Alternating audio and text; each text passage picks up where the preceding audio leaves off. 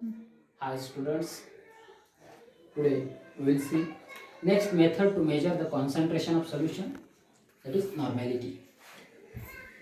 It is denoted by capital N. ठीक आहे, state बोर्डला हा पॉईंट नाही आहे, पण NCERTच्या बुकमध्ये आहे. नॅशनल लेवलच्या कॉम्पिटेटिव्ह एक्झाम्सला नीट, JEE मेन्स, JEE ॲडव्हान्सला याच्यावरती क्वेश्चन विचारले जाऊ शकतात. बरोबर, ठीक आहे. त्यामुळे घेऊयात नॉर्मॅलिटी. आता नॉर्मॅलिटी म्हणजे काय? It is defined as the number of gram equivalent mass of solute present in 1 litre of solution is called as normality. बरोबर. तर मागच्या वेळेस आपण मोलॅरिटी बघितलं, तर मोलॅरिटीमध्ये काय होतं? Number of moles of solute present in 1 litre solution. इथं काय? Number of gram equivalent mass of solute present in 1 litre solution. 1 लिटरलाच 1 डेसिमीटर क्यूब म्हणता येऊ शकतं, हे तुम्हाला माहिती आहे. बरोबर, ठीक आहे. तर नॉर्मॅलिटीचा फॉर्म्युला काय? Normality is equal to number of gram equivalent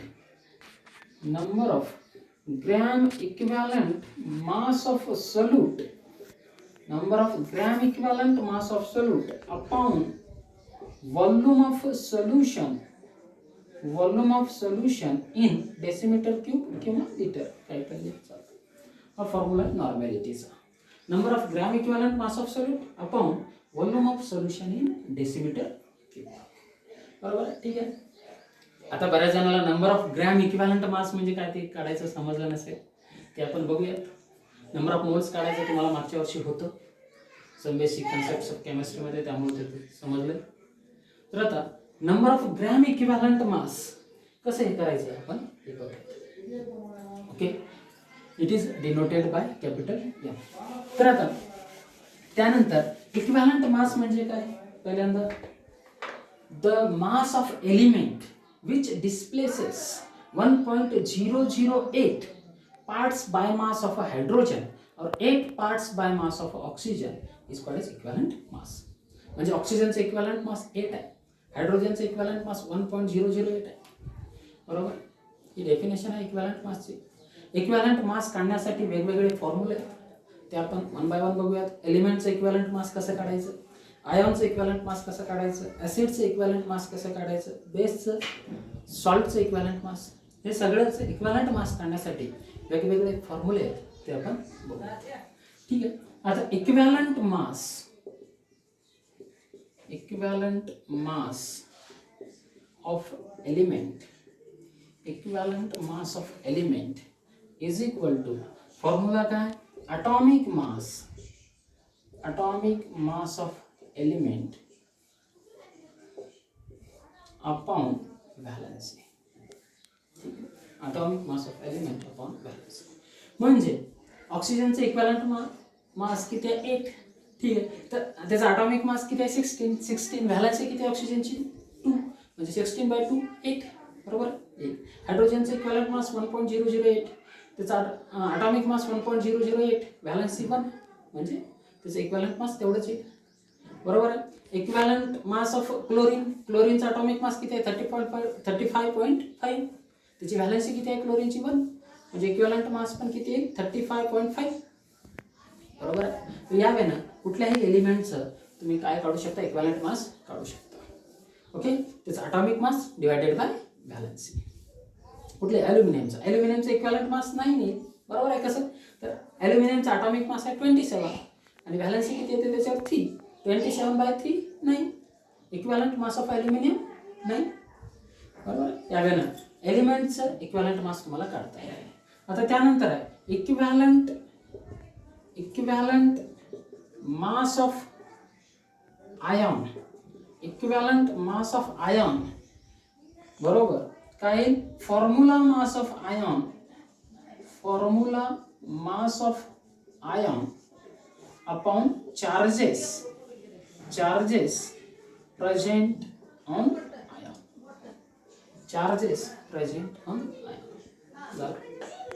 दोन्हीचं equivalent मासचे फॉर्म्युले तुम्हाला माहिती झाले. समजा SO4 2- आहे, त्याचं तुम्हाला इक्विव्हॅलंट मास काढायचं आहे. त्याचं फॉर्म्युला मास बघा, एसचं किती? 32, O4 64, बरोबर आहे. 1 ओचं 16 इंटू 4 64 प्लस 32 जे काय होईल ते, आणि त्याच्यावरती चार्जेस किती आहेत -2. त्याला तुम्ही डिवाइड केलात की त्याचं इक्विव्हॅलंट मास येतं आयनचं. बरोबर. म्हणजे तुम्हाला एलिमेंट आणि आयनचं इक्विव्हॅलंट मास कसं काढायचं ते समजलं. त्यानंतर बघूयात आपण equivalent mass of acid.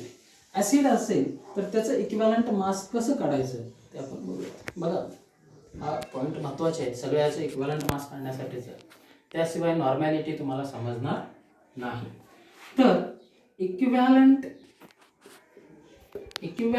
Mass of acid is equal to काय, molecular mass of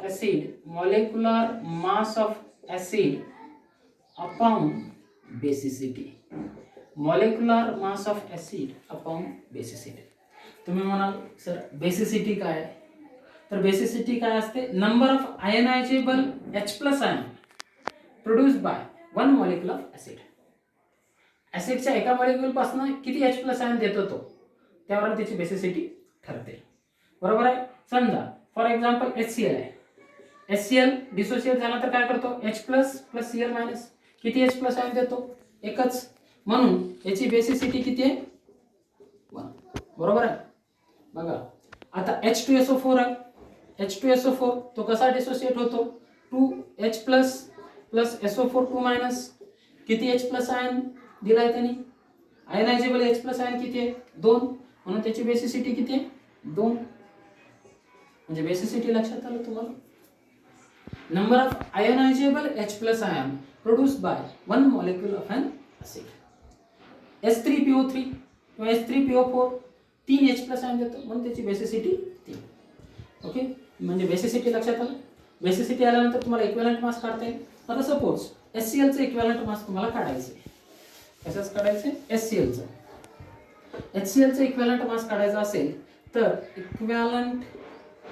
equivalent mass of HCl is equal to, त्याचं मॉलिक्युलर मास किती येतं, H1 क्लोरीन 35.5 म्हणजे 36.5 अपॉन बेसिसिटी किती आहे HClची 1, म्हणून त्याचं इक्विव्हॅलंट मास पण तेवढंच येतं, मॉलिक्युलर मास इतकं 36.5.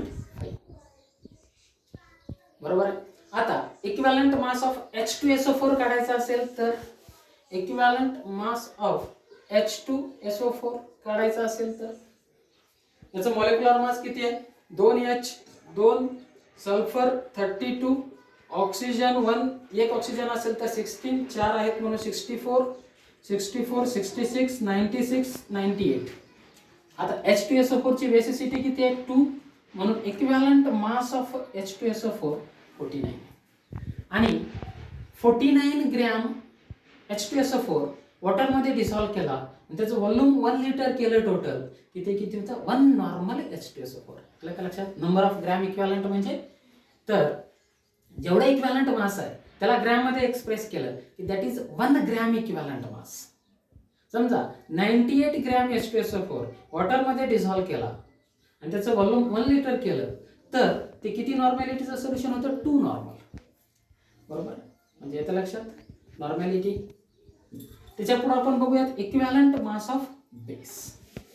ओके, पुढचा फॉर्म्युला नोट डाऊन करत चला, मी डबल सांगतोय. Equivalent mass of base, equivalent mass of base. त्याचा फॉर्म्युला आहे molecular mass of base, molecular mass of base upon acidity. Molecular mass of base upon acidity. तर आता ॲसिडिटी म्हणजे काय, number of OH ionizable OH- ion produced by 1 molecule of base. Number of ionizable OH- ions, number of ionizable OH- ions produced by 1 molecule of base is called acidity. Is called acidity. The acidity नाही येतं, is called acidity. For example, NaOH dissociate झाला, काय form करतो, Na++ OH-. बरोबर आहे. किती आयनायझेबल OH minus आहेत? 1. म्हणून याची ऍसिडिटी किती येते? Acidity 1. For example calcium hydroxide, formula काय? CaOH taken by S. तो किती OH मायनस आयन देतो? 2. म्हणून त्याची ऍसिडिटी किती असेल? 2. ओके, म्हणजे इक्विव्हॅलंट मास ऑफ बेस काढता येईल तुम्हाला, त्याचं molecular mass upon acidity. Acidity म्हणजे काय ते तुम्हाला इथं समजलं. ओके, तर आता equivalent mass of base, equivalent mass of acid, equivalent mass of ion, equivalent mass of element, हे तुम्हाला फॉर्म्युले झाले. त्यानंतर आणखी एकदा सांगतो, एक इक्विव्हॅलंट मास ऑफ सॉल्ट चा formula. Equivalent mass of salt, त्याचा फॉर्म्युला काय? इक्विव्हॅलंट मास ऑफ सॉल्टचा molecular mass of salt, molecular mass of salt upon number of positive charges, number of positive charges present on metal. Positive charge salt मध्ये metal वरती असतो, negative charge hydrogen वगैरे असतो. Okay, number of positive charges. Okay, okay, equivalent mass of salt is equal to molecular mass of salt upon number of positive charges. Okay, म्हणजे equivalent मास तुम्हाला आता कसं काढायचं ते समजलं. ऍसिडचं कसं काढायचं, बेसचं कसं काढायचं. मग आता पुन्हा आणखी डबल येऊयात आपण नॉर्मॅलिटीकडे. ओके, नॉर्मॅलिटीची डेफिनेशन काय सांगितली होती मी? Number of equivalent masses of solute present in 1 litre of solution is called as normality. बरोबर आहे. मग तर आता एक नॉर्मलचं HCl सोल्युशन बनवायचं आपल्याला. HClचं इक्विव्हॅलंट मास आणि मॉलिक्युलर मास सेम आहे. त्याचं इक्विव्हॅलंट मास किती आहे? 36.5 ग्रॅम, म्हणजे ते 1 ग्रॅम इक्विव्हॅलंट झालं. तेवढं घ्यायचं HCl, ते वॉटरमध्ये डिझॉल्व्ह करायचं. टोटल सोल्युशनचं व्हॉल्यूम 1 लिटर बनवायचं. ते किती झालं? 1 नॉर्मल HCl सोल्युशन. समजा तुम्हाला 1 नॉर्मल H2SO4 सोल्युशन बनवायचं. H2SO4 चं इक्विव्हॅलंट मास किती आहे? 49, म्हणजे ते 1 ग्रॅम इक्विव्हॅलंट झालं. 49 ग्रॅम H2SO4 घ्यायचा, वॉटरमध्ये डिझॉल्व्ह करायचं आणि त्या टोटल सोल्युशनचं volume, I say solution not solvent, सॉल्व्हंटचं व्हॉल्यूम नाही, टोटल सोल्युशनचं व्हॉल्यूम किती? 1 लिटर करायचं. तुम्हाला काय मिळते? 1 नॉर्मल H2SO4 तयार होईल. तो फॉर्म्युला आपण बघितला आपण, आणि तुम्हाला त्याच्यावरनं नॉर्मॅलिटी पूर्ण क्लिअर झालं असेल. ओके, नॉर्मॅलिटीचा फॉर्म्युला आणि हे आपण बघितलं. यावेळी तुम्हाला नॉर्मॅलिटी काढता येईल. नॉर्मॅलिटी आपण पूर्ण बघितल्या, फॉर्म्युला वगैरे. ओके, त्यानंतर new method to measure the concentration of solution आपण बघूया. That is PPM. That is PPM. याचं मिनिंग काय होते? Parts per million. Long form याचं parts per million. Parts per million नावावरूनच तुम्हाला लक्षात आलं असेल. पार्ट्स पर मिलियन म्हणजे 1 मिलियन सोल्युशन मध्ये किती पार्ट सोल्यूटचे आहेत. बरोबर, ते बाय व्हॉल्यूम राहू द्या किंवा बाय मास राहू द्या. For example 1 million gram solution आहे, त्याच्यामध्ये 2च ग्रॅम सोल्यूट आहे, तर त्याला काय म्हणतात? 2 ppm. Okay, it is defined as number of parts of solute by mass in 1 million parts of solution by mass. 1 million solution मध्ये किंवा 1 मिलियन ग्रॅम ml राहू द्या किंवा ग्रॅम राहू द्या, सोल्यूट किती ml आहे किंवा किती ग्रॅम आहे त्याला बोलतो आपण parts per million. This is the method to measure the concentration of very very very dilute solution. खूप डायल्यूट सोल्युशन आहे. समजा सॉल्ट वॉटरमध्ये फ्लोरीन सारखे किंवा खूप कॅल्शियम सारखे आयन मेजर करायचे असतील तर त्याला PPM मध्ये मेजर करतात. ओके, खूप कमी प्रमाणात ते असतात, 2 ppm 1 ppm वगैरे. ओके, तर त्याचं लॉंग फॉर्म आहे पार्ट्स पर मिलियन. त्याचा फॉर्म्युला PPMचा असू शकतो मास of solute, mass of solute upon mass of solution, mass of solute upon mass of solution into 10⁶. 10⁶ म्हणजे काय? Million, 1 million. ओके, तर याचं मिनिंग तुम्हाला लक्षात आलं असेल, फॉर्म्युला लक्षात आला असेल. ओके, तर this method is use to measure the concentration of very very dilute solution. बरोबर आहे. म्हणजे एका मिलियनमध्ये किती पार्ट्स सोल्यूटचे आहेत ते मेजर करण्यासाठी हे मेथड यूज केली जाते. Okay, this is the PPM. Formula आपण नोट डाऊन करा. त्यानंतर नेक्स्ट पॉइंट आहे फॉर्मॅलिटी. Next formality.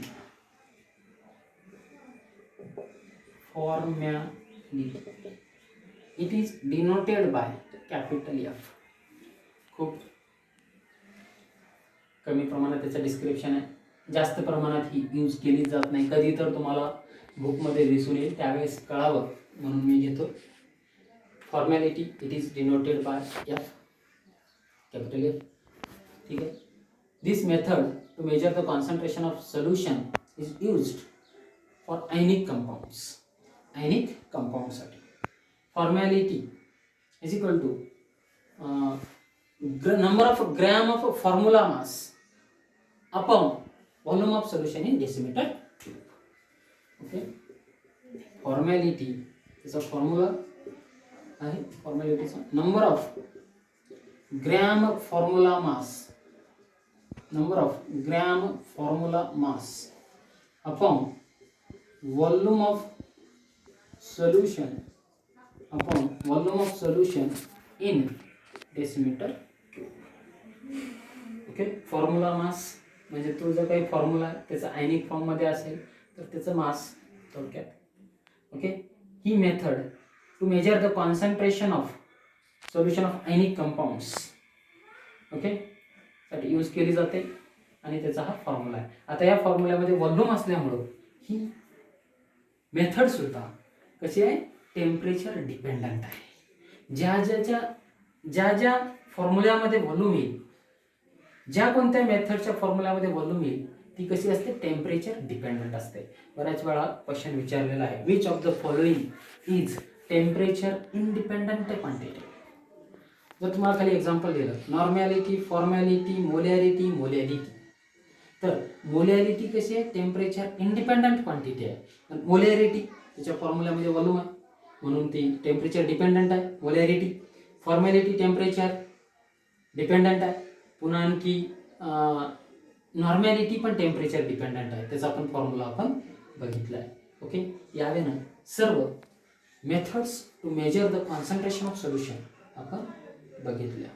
ओके, बाकीचा पार्ट आपण नेक्स्ट लेक्चरमध्ये बघूया.